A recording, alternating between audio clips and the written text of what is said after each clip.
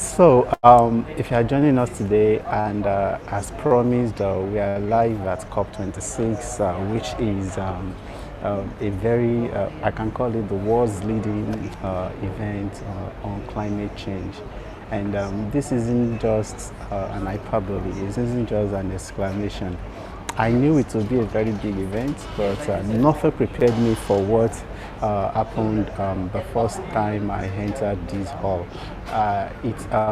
Where I currently am is the media center for coverage for journalists from different parts of the world that are here to cover COP26.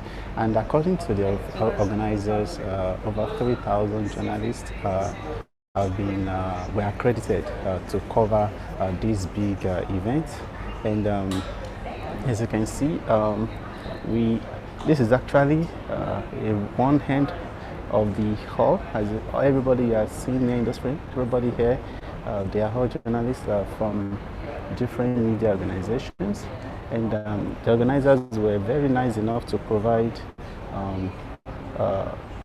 spots and connections. Even if you don't have the system here, you can actually still borrow their system to write your stories. And there are also different spots for you to conduct interviews. This right behind me is where we actually have interview spots for those that want to do live transmissions. And we've seen lots of devices and lots of tools being displayed for journalists from different parts of the world that wants to actually cover this event. And for me, it's actually an enlightening, eye-opening experience because this is the first time that I will actually be attending my first COP. Prior to getting to this place, we had lots of orientations around what to expect, but nothing prepared me, like I said, for the magnitude nature of what I'm experiencing here. I know you would have had a number of developments around our conversations and dialogues at COP26. Yeah, so this is actually how it all started, and he actually set the ground, putting the face to some of the issues that why it's important for global leaders to actually prioritize climate change issues. And another talk that also gained a lot of attention during the opening ceremony was a presentation was a speech delivered by the president of Barbados. Sorry if I did not pronounce that very well. Sorry, the Prime Minister of Barbados. She has always been very eloquent. She has always been talking in support of climate change, trying to get countries to take more serious actions around it. Communities, this is immoral. Is it okay? And it is unjust. Royal Highness, Excellencies, distinguished guests, ladies and gentlemen, the pandemic has taught us that national solutions to global problems do not work. We come to Glasgow with global ambition to save our people and to save our planet. But we now find three gaps. On mitigation, climate pledges or NDCs. Without more, we will leave the world on a pathway to 2.7 degrees, and with more, we are still likely to get to 2 degrees. These commitments made by some are based on technologies yet to be developed. And this is at best reckless and at worst dangerous. On finance, we are $20 billion short of the $100 billion.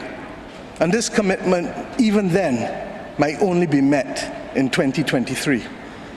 On adaptation finance remains only at 25%, not the 50-50 split that was promised nor needed, given the warming that is already taking place on this earth.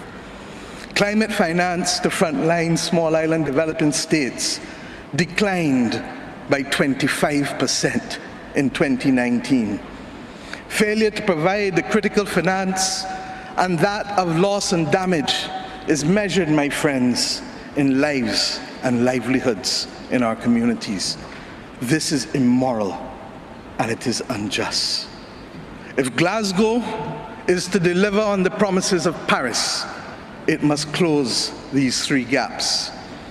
So I ask to you, what must we say to our people living on the front line in the Caribbean, in Africa, in Latin America, in the Pacific, when both ambition and regrettably some of the needed faces at Glasgow are not present? What excuse should we give for the failure? In the words of that Caribbean icon, Eddie Grant, will they mourn us on the front line? When will we, as world leaders across the world, address the pressing issues that are truly causing our people angst and worry, whether it is climate or whether it is vaccines? Simply put, when will leaders lead? Our people are watching, and our people are taking note. And are we really going to leave Scotland without the resolve and the ambition that is sorely needed to save lives and to save our planet? How many? Yeah, so this was quite important for me because it's really good for you to have a good background on what the key issues in Glasgow are. For instance, looking at what the dialogues and conversations that are happening here, what we've heard so far is not that a new agreement should come up. Instead, what is being discussed are ways towards ensuring that the ambitious targets set in the Paris Agreement are quickly met. And this Prime Minister's speech was actually quite important for me because she was able to actually draw the connection that is much important between climate change and healthcare. She was able to say that, she said it's not just about maybe the money is not there for countries to take climate change more seriously. It's just that the commitment, the interest and the desires to make the much needed sacrifices are still lacking from governments of different countries. And she also said she also mentioned the fact that some countries that are actually expected to be at the table, the presidents are not there. Indirectly, she was referring to China and Russia. If you know, China leads the world in greenhouse gas emission. Several issues around climate change are also directly affecting China. But the president of the country is not here, and that was the direct stop. And also, we also have the president of Russia that is also not present. Russia, China, India, and the US, they are quite important in achieving some of the ambitious goals of the climate change, and this is because they are leading in emissions. So from the few,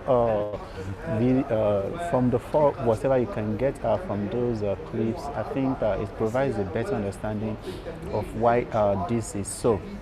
Prior to this, one of the things that is also quite peculiar about COP26, especially for the health aspect, is the availability of health pavilion. Pavilion, for those, I can't imagine I'm my first COP and I'm already using their own terminologies. For you to be able to communicate very well at COP, you should be able to have like a grocery of what is happening. So, like I said, if I just joining us, I'm reaching you right from the media center where journalists are doing their work. Everybody you see around me is a journalist. People are actually going live from here. As you can see, this person is working is actually going live to the TV station right from here. And So for you to be able to accurately cover COP and especially the climate change conversations, there are lots of topics for you to cover if climate change is something that you are interested in reporting. For instance, we have the politics around the different countries, countries that believe that the economy, their own economies rely heavily on climate change. For instance, China is seen as the factory of the world, and if it is not strategic about how it cuts down emission, there could be direct effect on the economy. We also have countries, on the other hand, we have countries that are also at the forefront of renewable energy development. When there are commitments around compelling the rest of the world to take more bold actions, they're expected to also be favored from the business perspective. We also have countries that also rely on conversations and dialogues around COP26 for them to be able to access more funds. For instance, some African countries, every year, countries across the world are expected to submit what is called their nationally determined is called NDCs. I'll find out what the last is. Nationally determined maybe targets is a set of targets that the countries have committed to achieving. So while I was reviewing some for the various countries, you can see that many African countries would heavily rely on developed world for them to be able to achieve some of these targets. And this is not just a wish, a wish on their own part. It is something that is quite embedded in the Paris Agreement for the rich countries to provide funds for countries, for developing countries. I think according to Paris Agreements, every year they're expected to provide like $100 billion. But and this was expected to have been done since year 2020. That was last year. But in the days leading to COP26, it was announced that this target cannot be met and can only be met in 2023. But at this COP, we are seeing conversations around not just the developed countries providing funds again, but also actively engaging the private sector to commit up to hundreds of billions of dollars towards ambitious goals. And just 2 days ago, the US government and the EU led over 100 countries to sign what is described as the Global Methane Project, Global Methane Pledge. What Global Methane Pledge simply means is that they are committing to drastically reduce emission. And while CO2 is seen as very popular, methane is also very popular, and it's also dangerous to the environment. And so we are seeing lots of pledges. And I think just yesterday, India also announced is also partnering with the UK government on what is described as the solar grid project, in which different countries will be connected to a grid electricity system powered by solar. It won't just be a national, it will be something that joins different countries together. And why this proved exciting, I would like to caution, especially when I was talking to those that are veteran journalists that have been covering COP for years, they said that is how ambitious ideas are shared. And I've been trying to actually get, for instance, we have some African countries that are also agreeing to these ambitious projects. And so some of them, even though they've committed to it, when you ask them what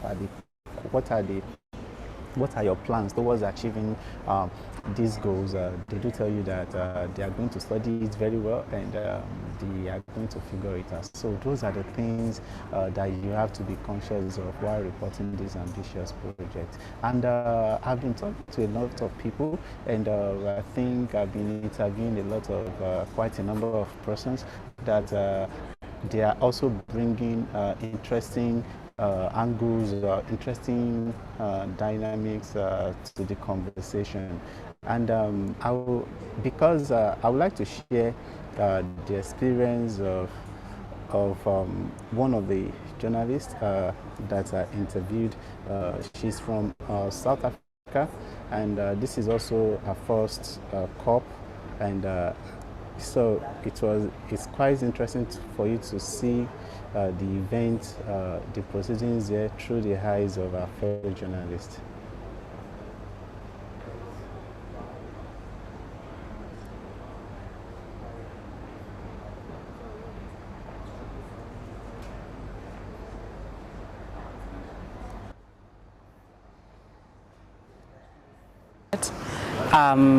Launched pretty recently, and yeah, it's been about 6 months of climate and environmental reporting, and yeah, that's pretty much it. Okay, so let's talk about climate change reporting for you as a journalist. How did it start, and what climate issues are you always excited to report and talk about? Definitely. So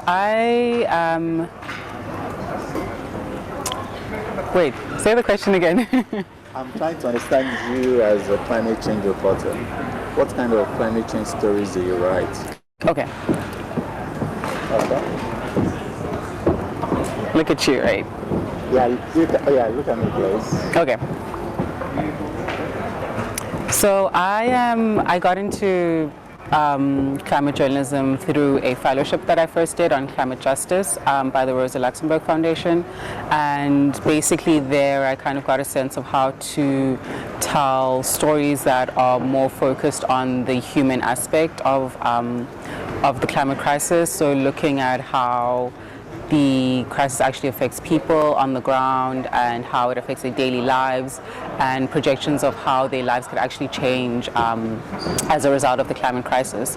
So since then, I've kind of taken that learning onto my current position at the Daily Maverick, and I'm looking to highlight how South Africans particularly are affected by the climate crisis, what effects it has on their lives, but also highlighting the disparities between the massive class gap that we have in South Africa, and showing how, as much as the climate crisis is expected to have these devastating effects such as water shortages and food shortages, that showing through my reporting that these are challenges that lower class people in South Africa are currently facing. So even though there is supposed to be, there's a lot of foresight on how the climate crisis will affect people, but there's also, a reality that people are living through, but disproportionately affecting, lower class citizens.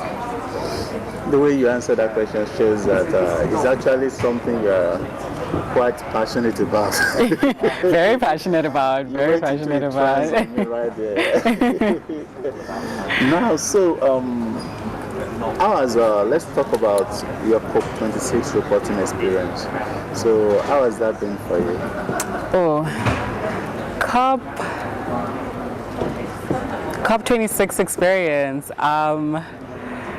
So going into it, I was very aware that it's going to be very chaotic.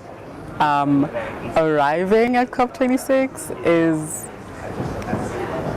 chaotic beyond my expectations. But I think I'm gonna specify that the chaos was definitely around the World Leaders Summit, so a lot of the press was trying to, get their eyes on who's here, what the world leaders are saying, and since then it's calmed down a little. And I think even the day before the World Leaders Summit, which was the official first day, the opening, things were quite calm. So I think the chaos that I was expecting was probably the World Leaders Summit, which was the peak of it, I suspect. But outside of that, I think it's a great experience. It's still quite overwhelming. I'm still landing, trying to find my feet in terms of how to navigate the different events that are happening and trying to find stories around what is happening, but also not just, parroting what the leaders are saying in a story. I think also for me it's important to link what's happening with what's happening on the ground in terms of current affairs in my country, and trying to find the links between those two spaces. So yeah, navigating all of those dynamics is a bit challenging, and I think it brings in and highlights the chaos that I expected, but I think overall it's a great experience and definitely a lot of learning and something that will help propel my career forward. Now, what are your expectations as a journalist from COP26? So my expectations for COP26 are definitely meeting new people, growing my network, but I think also gaining a greater sense of the role that global networks play in driving climate change at a more national level.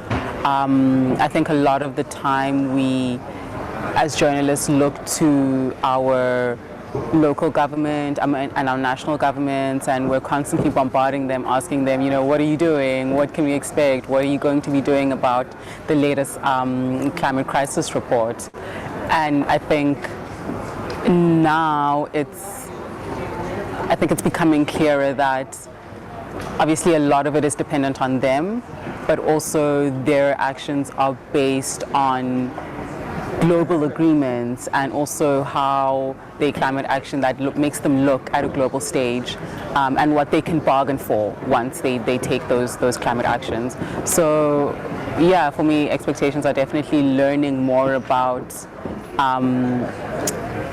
the chain of how things work from a global level, and how that trickles down to a more national level, and what influence that has on driving climate change within my country. So this wasn't on this, and it's okay if you don't, but I think it's important. What do you think journalists need to be better equipped to accurately report climate change to the extent that journalists are able to contribute towards achieving the set goals of protecting the climate? So I think the tools that journalists need in order to drive climate action would definitely, first of all, be a climate dictionary. I mean, just to kind of hash out all of the terms, because I think we get so caught up in being in that space and using the jargon that we end up writing for ourselves and the people that are only within that space. So I think that would help, but also on a more holistic note, I think that we would definitely need more access, I think, to the scientists, but also more funding, I think, to actually go about exploring these stories, and having more means to broaden our outlook, and I think more training sessions, because I think it's also such a growing space and the information is constantly coming in and it can be really overwhelming. So I think ongoing support from our newsrooms in terms of how to navigate the space and tell better stories for our audience is really important. Yeah, I don't know what else to say on that. Yeah, thank you very much. Damn, you look so good on camera. Thank you. Stop this. Oh yeah, you were not supposed to. You were not supposed to hear. You were not supposed to hear all that. Okay, now so back. Let me see. Can you? Okay. You really cannot say this is where your next. I want to be as comfortable as possible today. So yeah, let's talk like this. So you really cannot say where your next story is coming from. So I was just sitting at the African Union's pavilion, and I met this really cool guy. He was just sitting too. He had this very prominent face mask on, and so I just looked at his name tag, and I saw that he's from the Royal College of psychiatry. So everybody attending this has something, has a badge like this. I need to say where you are from. So every journalist has this. So this is mine. Let me see. So this is mine. As you can see, it was so short in category. So I saw his own. I quickly read it, and I saw that it's from the Royal College of Psychiatry. So I became curious about what is a psychiatrist doing in a climate change conference. And we began to talk, and I said, oh, this is something that will be very, very relevant for you guys, especially those that are interested in further writing climate change stories. Before I share what he said, I think it is really important for you to meet panelists today. So I have 4 amazing panelists for you, as you can see. So the first person that you've seen before, her name is Onke Nguka. That was the lady that spoke, and she's a climate journalist with South Africa based at Daily Maverick. The next person you'll be hearing from now is Dr. Jacob Kranowski, who is the coordinator of the Green Walking Initiative from the Royal College of Psychiatrists and the institution's Center for Sustainable Healthcare. So, like I said, we're just sitting. He was just sitting at one of the pavilions, and I just walked up to him regarding his conversation, and we began to talk. So, at some point, I just said, "Can you just pause and let me get my camera? Our members would really like your story, which I think should be also allow you to write health-focused stories for your audience." So this is trying to look at the connection between climate change and mental health. Research which is showing that there's increased rates. It could be able to attract research and quantitative research. What we know is that a lot of children and young people are struggling with what's being described as eco-anxiety, which is not itself a mental illness, but ultimately is describing a very real reaction to what is a dramatic shift in the world that they're going to be inheriting. And so I think an experience of distress and anxiety is something that needs to be recognized. Increasingly, you're hearing things about terms such as solastalgia, which is the loss of a place, and distress for having lost a place. And I think that shouldn't really come as any surprise to anyone. So these are new concepts that are coming up in looking to study how people respond to these dramatic changes to the environment. And in addition, you're getting more quantitative research which is showing that there's increased rates of things like anxiety and depression and PTSD associated with climate change related events such as flooding, for example. Okay, and then what are the major climate change events or? Oh, yeah. Got it. Okay, so what are the major climate change events that you think have the strongest impact? So I think that individuals' mental health. So the ones that we've been able to study or that we know about are in particular floods, heat waves. Floods and heat waves. There's a bit more being known about, for example, fires and wildfires. But also I think more broadly, sort of the loss of natural spaces is being recognized to have an impact on people's sense of distress and their experience of distress. But in terms of linking things such as suicide rates and more formal diagnoses such as PTSD, those are being more seen along with events such as I said before, sort of flooding, but also additionally heat waves. Okay, gathering evidence to substantiate this. So what metrics do you think can be used to really substantiate the connection between climate change and mental health? Yeah, so the sort of metrics that you can be looking at is the number of visits to the hospital for people describing certain complaints. You can do more complicated statistical studies where you control for different variables and look to basically single out the incidence or the new emergence of new mental illnesses. And so ultimately you're looking at new diagnoses being made and then looking to control for other variables which might account for that, which is really difficult work. Because again, this is mental health is very multifactorial. It's very difficult to say that there's just one cause, because our mental health is informed by the environment, by our work, by our families, and so to get to the bottom of it is quite challenging. But nonetheless, we are seeing these very strong themes emerging.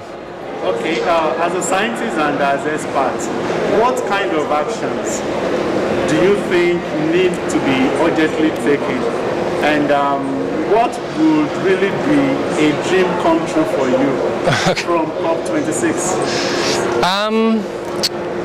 I think a dream come true for me would be for people to walk away with an understanding that, well, I mean, ultimately that there's consensus from the highest emitting countries for their need to support the entirety of the globe towards reaching 1.5 degrees. I think that's ultimately the dream that we're all hoping for.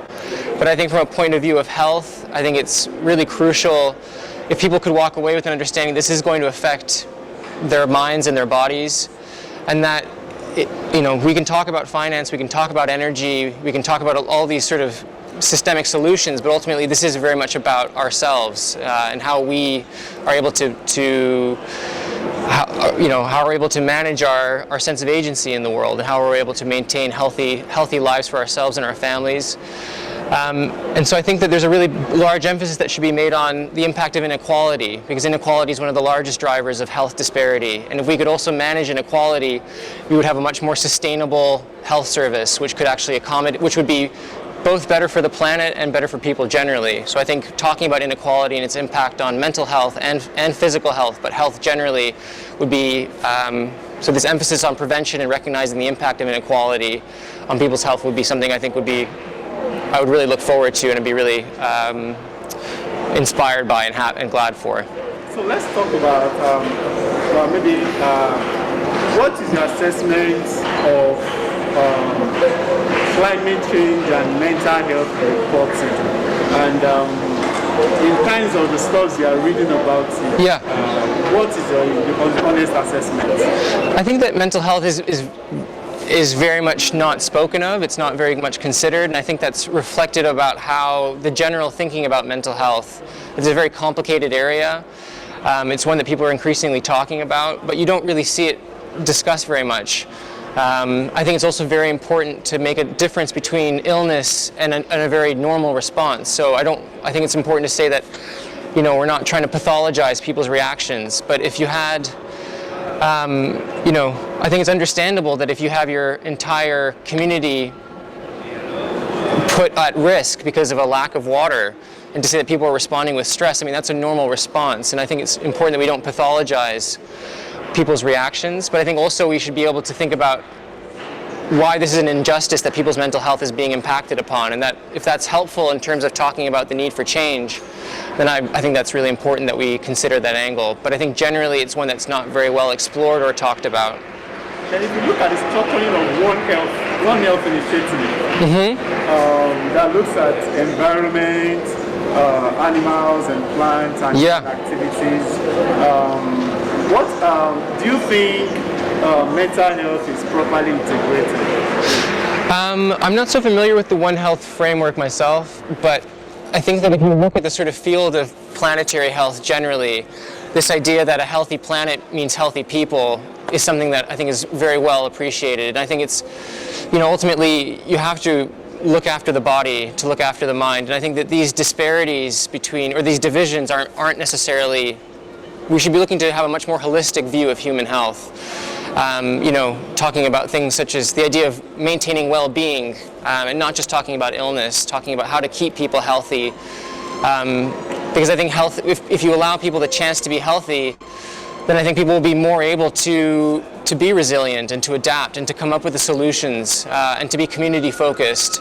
And so I think a lot of what mental health is interested in is about connections between people and those relationships between not just people in their communities, but also the relationship to the land and to nature and to biodiversity generally within wherever they're sitting. And so I think we're very much interested in what's happening in between. And it's harder to talk about and it's harder to address, but it's something I think when you talk about, people can really identify with. Do you think there is a knowledge gap? Yeah, absolutely. I think What are The knowledge gap is definitely from a point of view of research, that we need to be doing more research to understand what's happening, but I also think that we shouldn't use that as a barrier to start talking about it more. So I think looking at the impact on people's mental health is a definitive gap within the knowledge. I think we have serious gaps in terms of funding disparity. So there's a gross disparity generally in the global mental health crisis, where in spite of it having so much impact on people's livelihoods, it's very poorly funded, both in the north and in the south.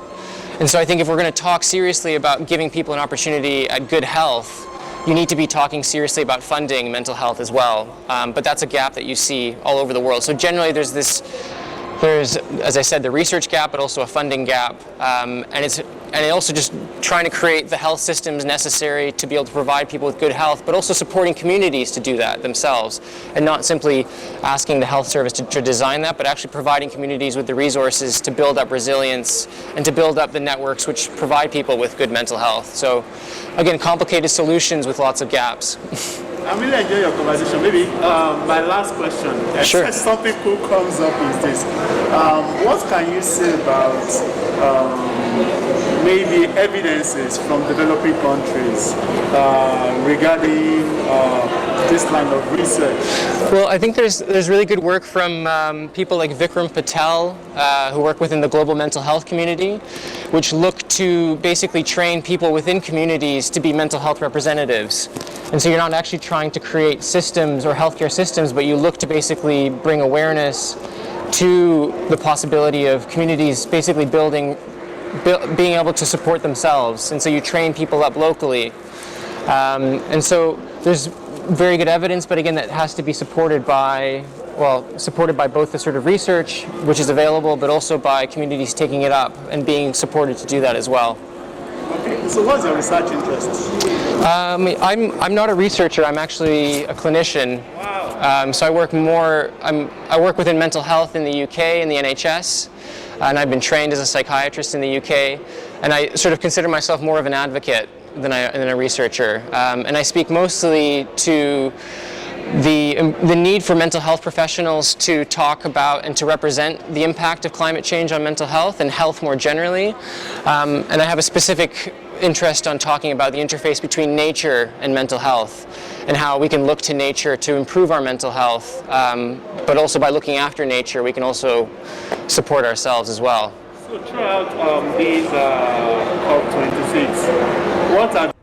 Yeah, so I think that was quite an interesting conversation for me, and I promise one of the things I plan to do is to actually take you around the entire facility. That's why I'm trying to cut those interviews as short as possible. And the last person, I had two things. I still have two interviews that I would have loved to show you, but so that we have enough time to look at this facility. So the last person that I would like you guys to meet is Alexia Latote, who is the Deputy CEO for the U.S. government-owned Millennium Challenger Corporation. Alexia is also a nominee, has also been nominated by President Biden as Assistant Secretary of the Treasury for International Markets. And so like I said, you cannot know who you are going to meet at COP26. You will just see individuals, and so as journalists, you are expected to actually be the one to quickly, easily identify these people and quickly spring up questions right on the go. And so why is this important? Why is this conversation important? Because we now at COP26, we see the U.S. government's attempt to go back to start saying that climate change is a top priority.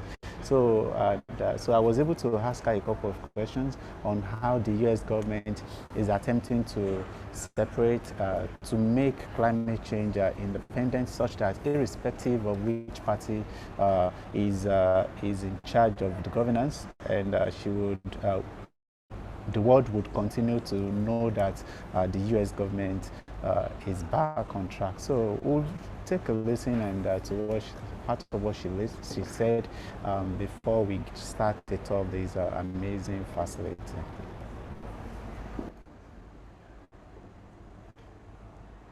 Yeah, so the climate resilient road. And when the country was hit by a very powerful typhoon, one of the roads that was able to withstand the strong winds is a road that MCC had helped finance. And so the important thing is not only that the road was still there, which means you didn't have to finance it again to build it again, but because the road was still there, emergency workers were able to travel on it to get help to people.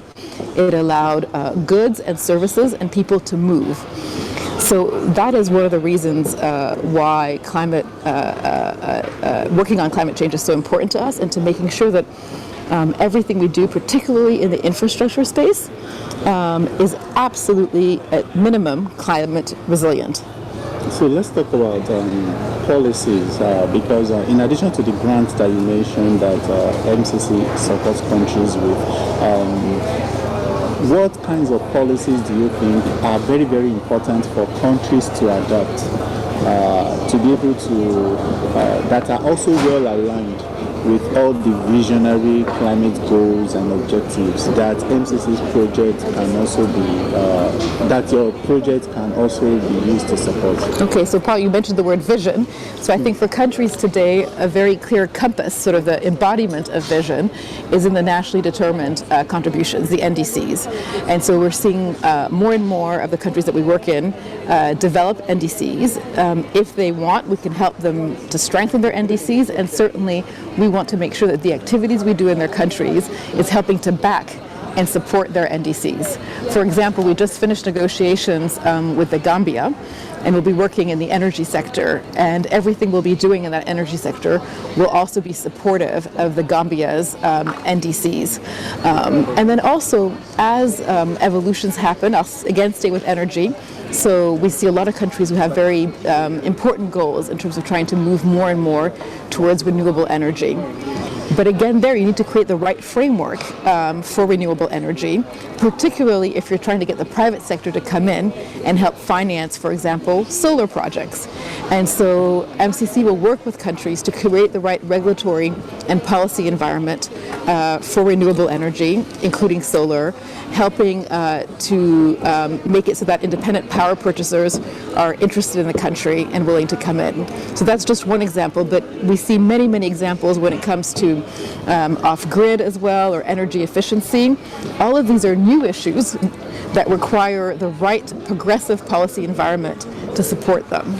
So let's look at some of the major announcements at the COP26. Which ones of these, which of these major announcements are best aligned with MCC's innovation, what you do, and how? A second part of the question, which is on these NDC issues, how committed do you think countries are, and how substantial and how reliable? Because a country can just write something and say this is our NDC. So how reliable are you to use these NDCs as a metric to support governments? Yeah. So on the first part of your question, I'm incredibly proud as a member of the U.S. delegation that in the lead up to COP, at the General Assembly, President Biden announced that the U.S. would be quadrupling its commitment of climate finance in developing countries. So it would be 4 times greater than the amount at the peak of the U.S. commitments under Obama. So I'm very, very proud of that commitment, and MCC certainly is part of the range of institutions that will help to deliver on that commitment. I'm also very pleased that that quadrupling of climate finance for developing countries includes increasing the amount of finance for adaptation by 6 times its previous level under the peak of Obama, because adaptation, particularly in the countries where MCC works in, low and low middle income countries, is really the critical issues. These are not the countries that created the emissions that got us to where we are today, but they are really at the front lines of the negative impact, and so that financing will be absolutely critical. So that's something I'm very proud of in terms of the commitments that are related to COP. in terms of your questions with respect to the NDCs, we're on a journey, Paul, and I think what's important is that we're seeing a momentum that is going in one direction, which is towards improvement. Are all countries' NDCs as strong, as robust, as clear, as inclusive of all parts of governments as they need to be? No. But are we in the right direction? Yes. So MCC can help not only back what is in countries' NDCs, but we can also help strengthen countries' MDCs. So we, for example, adopted a new climate strategy in April of this year alongside the Climate Leader Summit. And one of the things that we have in our policy is stepping up our work to support countries' enabling environments, including helping them refine, strengthen, and implement their NDCs. So it's a work in progress. Some countries have more robust NDCs than others. COP, I think, helped us get even more robust NDCs, because I think that's one of the things that, as countries were working towards COP26, they wanted to come with something that was really robust. And we want to be part of that journey with the countries that we work with. Then, as a US government-linked establishment, how can the rest of the world guarantee, be rest assured that MCC's involvement, their partnerships with the NDC, the kinds of support they can get from the MCC, will always be there, irrespective of which party is in government? No, thanks a lot for that question. MCC really prides itself as an independent bilateral development agency to really enjoy bipartisan support. And we always have since our creation in 2014 under President Bush. We've really enjoyed bipartisan support for our work. And I think that is because we have a very transparent and clear model that underpins our work. And what I mean by that is, first of all, the way that we identify countries that we can work in is based on a very transparent scorecard that establishes the eligibility of countries. The way we decide what to do and what drives our decisions about what we do in a country is based on analytical work that we do. We do constraints to growth analysis, we do cost-benefit analysis, we do economic rate of returns for each project. So we use that underpinning of sound economics to guide what we do. And the final thing I want to raise here is that one of our core principles is country ownership, which means that we are there to support countries in where they want to go. And so if you follow the data and the evidence, if you follow countries and their own development priorities, then I think you are really guided by principles that hold true, notwithstanding whoever may be in power in the United States. Those principles are principles that I think are valued by, and our experience has shown, by administration over administration. I like to drive to be able to do multimedia at any event. So I use my camera. It's connected to my laptop. I have my tripod stand and a lot of pocket stuff. So what we're going to do is, so that is my event coverage setup. And from there we can, I'm able to do photos, I'm able to do videos, and I'm able to also take pictures and interview individuals. So from here we will see,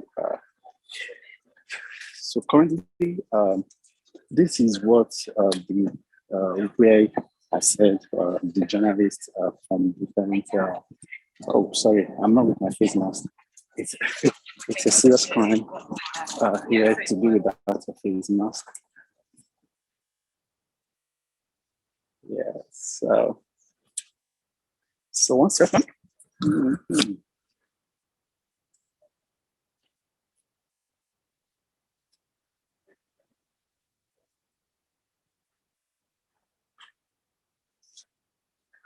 But if you steal my device.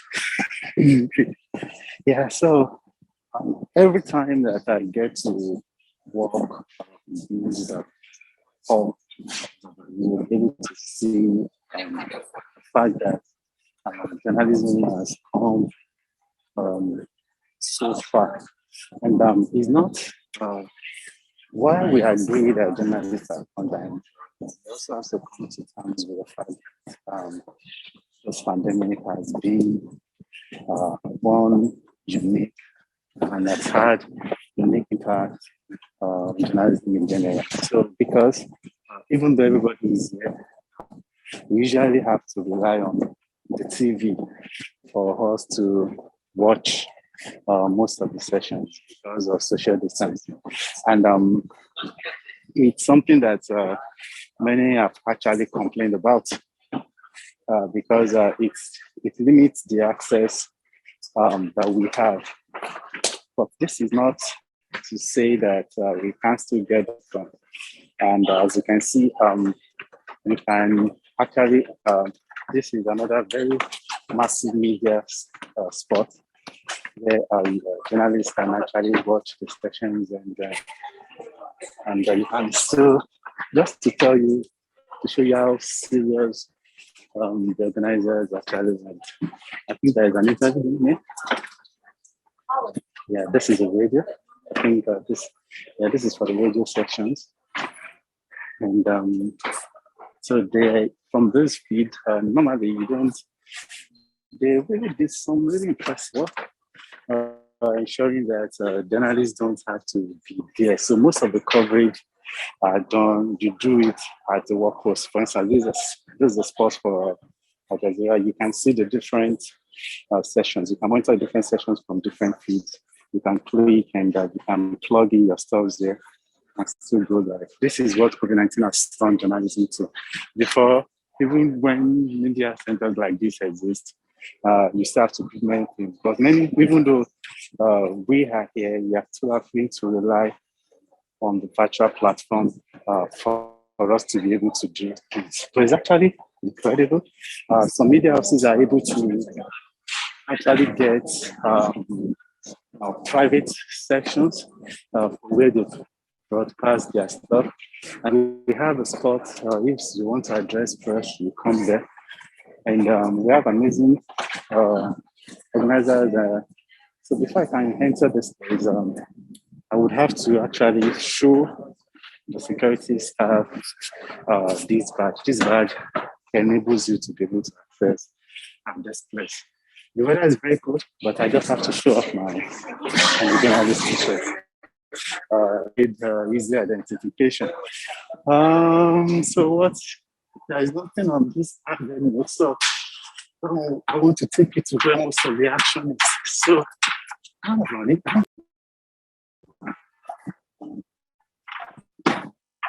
So let me flip over again. So this kind of stuff enables you to see the different locations. And yeah, so this is where it gets crazy. Like the hall, yeah, as you can see, any spot can be turned into an interview session. Any spot can be turned into an interview session. So we have journalists meetings happening everywhere. Most of the time, you can just walk to anybody. My whole strategy has always been ask questions, quickly scan these name tags, so that you can be able to identify where these people are from. And you can actually, because you know the key terminologies or the key issues that they are actually dealing with, each question, each country is dealing with, you can actually also start to add your questions at your fingertips. So the journalists also have spots here. As you can see, lots of live transmissions actually happen. And there are lots of, this is where most of the ways you can get stuff to have to people to interview. You can actually do it there. I think those ones are also going live. And as you can see, media can do from this. Look at this. We have people transmitting on even mobile to actually transmit. Okay, something happened on this hall. This was where the president, this is where they do the deliberations, and nobody will allow you to pass there. As you can see, they check the tags. unfortunately, but journalists are always there to catch as much shot as they can. I remember one day I was just on the second day, yes, I was on this horse, and I just saw people trooping around. What was that? It was the president of France that everybody wanted to catch a glimpse for. But this is the line to which journalists are able to enter. And as you can see, these are where the plenary sessions happen. It's just a lot of deliberations, it's just a lot of interrogations, people going from one meeting to another, trying to agree and trying to actually secure interviews. So that is how it's just, we just go around hoping to catch the best of news. And for those that are unable to be at COP26, what I consider to be the better advantage that you have over those that are here is the opportunity that you have to actually all of the sessions, public sessions are being streamed. Just go to UNFCC's website and you can actually see the top line. Like still, as you can see, we always have to rely on the TV. So even if you are here, most of the time you have to still rely on TVs, on the laptops for you, because they are describing this particular COP as the most restricted because of the claim is COVID, and they are trying to do transparency, and it's very difficult for you to do that, to claim it's a transparent process when you cannot have people at these events. So that's key. You can, but you're always going to see lots of people at all of these sessions. Yeah, so there's lots and lots of people. Something that I'm not sure if you are following is the fact that it is really, sometimes you spend up to 1 hour trying to.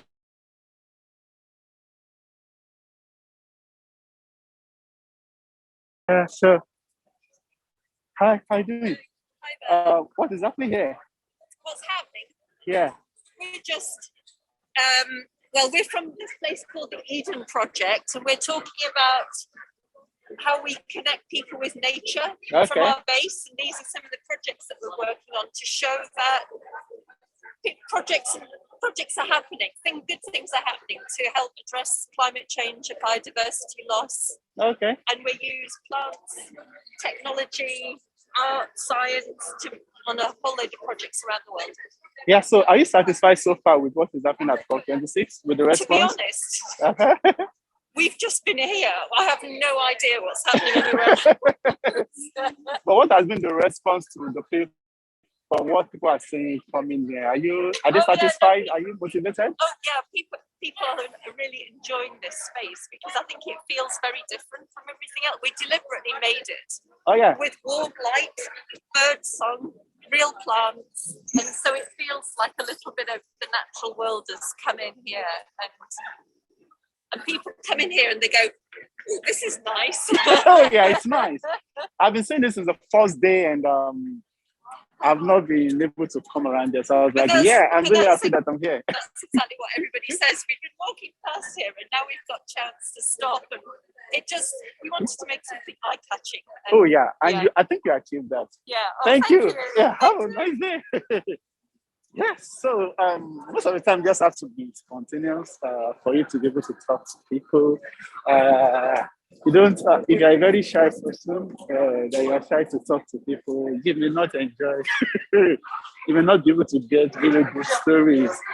Yeah, so we have that. I think we have a protest. Let me show you the protest.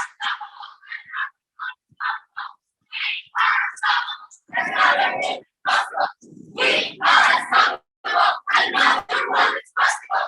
We are unstoppable, another world is possible.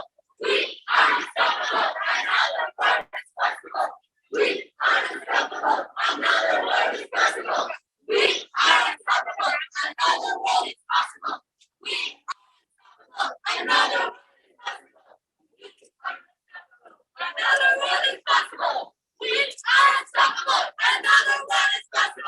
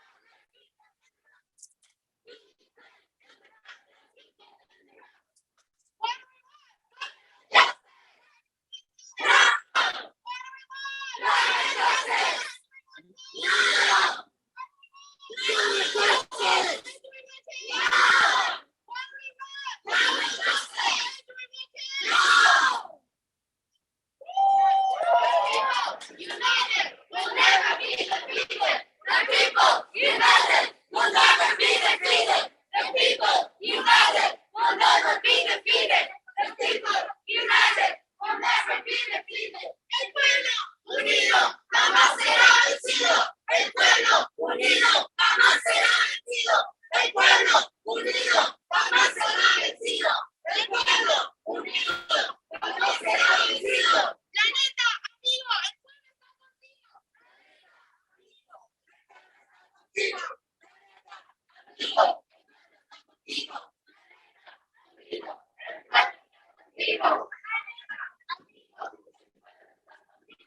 Yeah, so you cannot predict what you are going to see. The first thing you are seeing is switch, and everybody has a mission, everybody has a plan. Unfortunately, one of the things that is increasingly becoming obvious is the fact that everybody here, I'm not sure if any protest or any speech, like Sadevi's speech, could change the minds of many of the key stakeholders there regarding any issue. It seems that everybody has already made up their minds about what they want for their country or what they have about their issue. And one of the places to have fun are the pavilions. We have pavilions on different issues, and events are also happening at the different pavilions.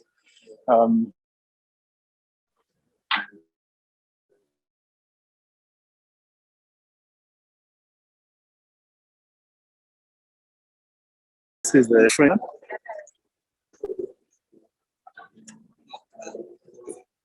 Yeah, lots of there are lots of events. I think this is China's pavilion. Yeah, then we also have Korea. Not so much is happening here. We have Korea also has a stand right over here. So most of the time, okay, one of the things I've come to discover as a journalist is, yeah, well, you can see representatives from the different governments at the different pavilions. It's very rare for you to see usefully, because everything that you see is top PR. It's just PR, putting their best foot forward. But once in a while, you just have to look at the tags of anybody that you see here. So this was where I did the interview with Dr. John. Like I said, I was just sitting there and I saw him, and we had that interesting conversation. So it's always good for you to build relationships and just look around. As you can see, you don't know where your story will be.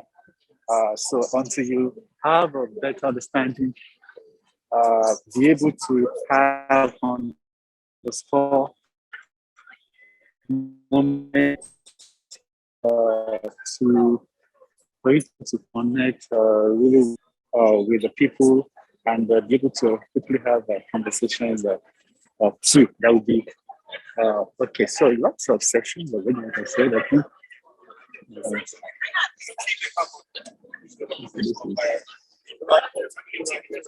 this is Nigeria. Oh, Nigeria is a very busy time today. Hello.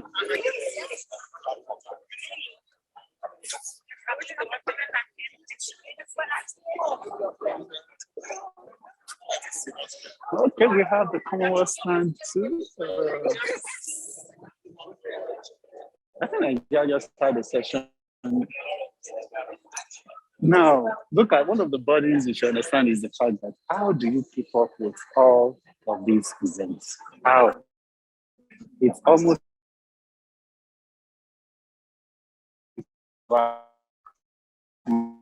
the things that I do. There are two approaches that I will recommend. The first approach is have a plan. Know the kinds of issues you want to talk about.